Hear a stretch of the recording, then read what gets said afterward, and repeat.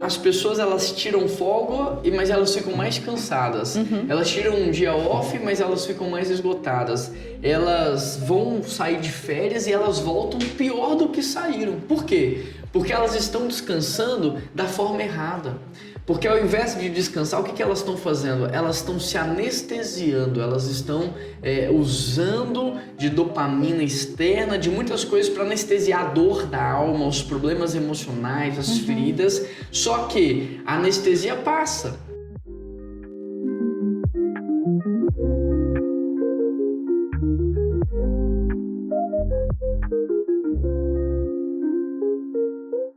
A pergunta de hoje é como vencer o cansaço, a sobrecarga aí que tá todo mundo tendo sobre si. Hoje em dia parece que todo mundo tá esgotado, né? É burnout, é esgotamento, é a sociedade dos cansados. Bom, acho que a gente pode olhar pela perspectiva bíblica de novo, acho que a gente pode voltar no Jardim do Éden e observar o seguinte, que na criação ali de todas as coisas, Deus, ele descansou no 7º dia.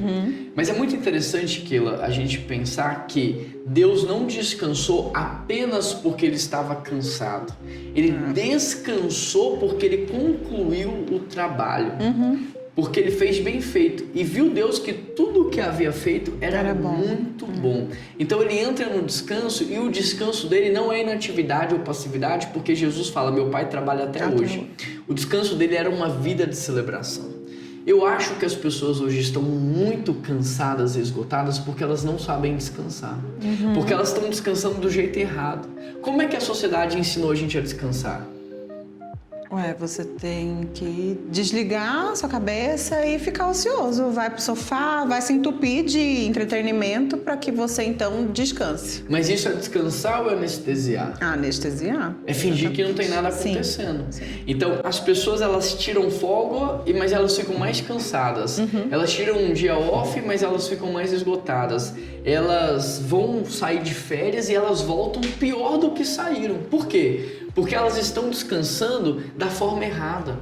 Porque ao invés de descansar, o que elas estão fazendo? Elas estão se anestesiando, elas estão usando de dopamina externa, de muitas coisas para anestesiar a dor da alma, os problemas emocionais, as feridas. Só que a anestesia passa.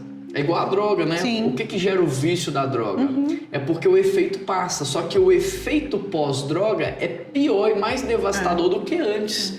Então, por isso que a pessoa vai subindo a dose, né? E aí a sociedade hoje pensa o seguinte, não, o que eu quero é não trabalhar mais. O que eu quero é viver isolado. Porque ele acha que ele vai precisar de uma dose muito grande. Quando, na verdade, o que a gente precisa é só aprender a descansar de forma do correta. jeito certo. E qual que é o jeito certo? Entendendo que descanso não é inatividade nem passividade, mas uma vida de celebração. Agora, me diz, pra gente celebrar, a gente tem que fazer o que primeiro? Trabalhar, executar. Trabalhar e executar. E mas terminar. todo mundo que trabalha pode celebrar? Não. Quem Você que tem pode celebrar? Aquele que fez bem feito Aquele e terminou. que fez bem Exatamente. feito. Então, antes de pensar no descanso, eu tenho que pensar no quê? Em fazer bem feito. Em fazer bem feito. Só que as pessoas, elas têm lá de 8 às 18 que elas trabalham, né? E aí, ao invés de fazer bem feito, metade desse tempo elas ficam conversando no corredor, tomando um cafezinho, indo no banheiro toda hora, nas redes sociais, e na hora que ela tinha que fazer bem feito, ela não faz. E aí, ela vai pra casa como? Pensando no trabalho, em tudo que ela deixou. Em tudo que ela deixou, em tudo que vai acumular. Isso quando não leva para casa o trabalho e acaba não tendo ali os momentos que ela deveria ter de descanso e ela ainda continua fazendo coisas que estão fora. Então, antes de pensar em descansar, eu preciso pensar em trabalhar bem, em fazer bem feito, em eliminar naquele dia todas as demandas abertas, porque quando eu faço isso, tenta lembrar de um dia que você viveu isso. Não é prazeroso. Ah, com certeza. Você não termina o dia falando libertador, assim, né? Tipo, uau. Olha tudo que eu fiz, olha tudo que eu produzi. Você não vai pra casa feliz da vida? Sim. olha só, a noite é melhor, o sono é melhor e você acorda melhor. Então, antes de pensar em descanso, tem que pensar num trabalho bem feito, num trabalho bem realizado. Você tem que terminar o dia dizendo assim, e tudo que eu fiz é muito bom. Aí, no período do descanso, seja a parte da noite ou um dia de folga, o que você vai fazer? Você vai celebrar.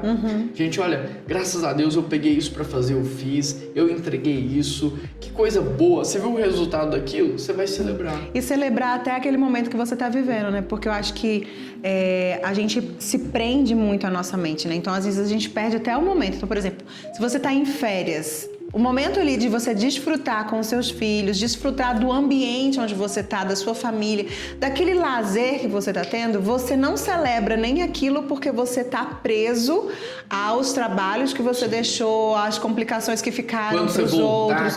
Quando eu voltar, o que eu vou ter que fazer, o que eu vou ter que correr atrás. Então você já se cansa mentalmente, não celebra porque você não concluiu, mas você também não celebra o que você está vivendo no presente porque você está preso nisso. Mas dá pra gente tirar mais coisas. Olha só, lá no Jardim do Éden, as pessoas pensam que trabalho é consequência do pecado. Não né? é, gente. Mas Deus deu o trabalho antes do pecado. Exatamente. A consequência do pecado é a terra não corresponder a é você fazer e às vezes não ter o resultado. Exatamente. Essa é a consequência do pecado. É a dor, é o sofrimento, né? Mas trabalho é bênção. Sim. Então, Deus deu o trabalho pro homem. Agora, antes de Deus dar o trabalho, Deus primeiro deu para o homem tudo que ele precisava. Sim. Aqui é um segredo, aqui é algo espiritual. Porque a gente não deve trabalhar pela perspectiva da falta nem da escassez. A gente tem que trabalhar pela perspectiva do propósito.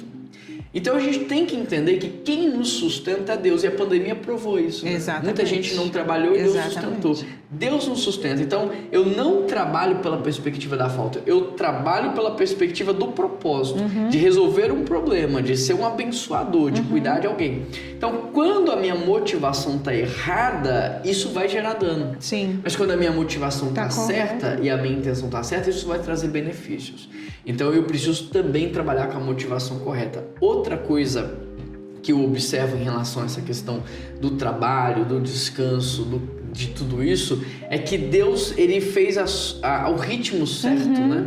O problema não é o excesso de trabalho, o problema é a falta de celebração.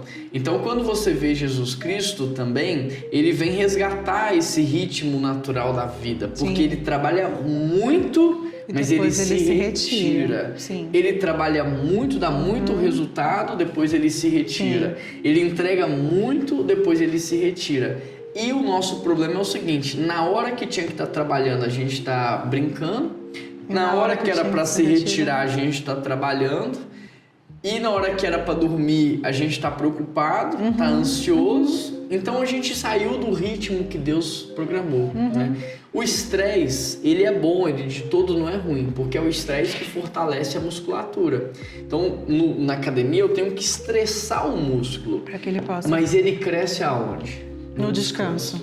Então eu tenho que exercitar e descansar. A mesma coisa é sobre o trabalho. Eu tenho que trabalhar muito, mas eu preciso ter o descanso. E no descanso não é dormir até mais tarde, não é ficar na televisão, não é ficar o tempo todo nas redes sociais. O verdadeiro descanso é celebração.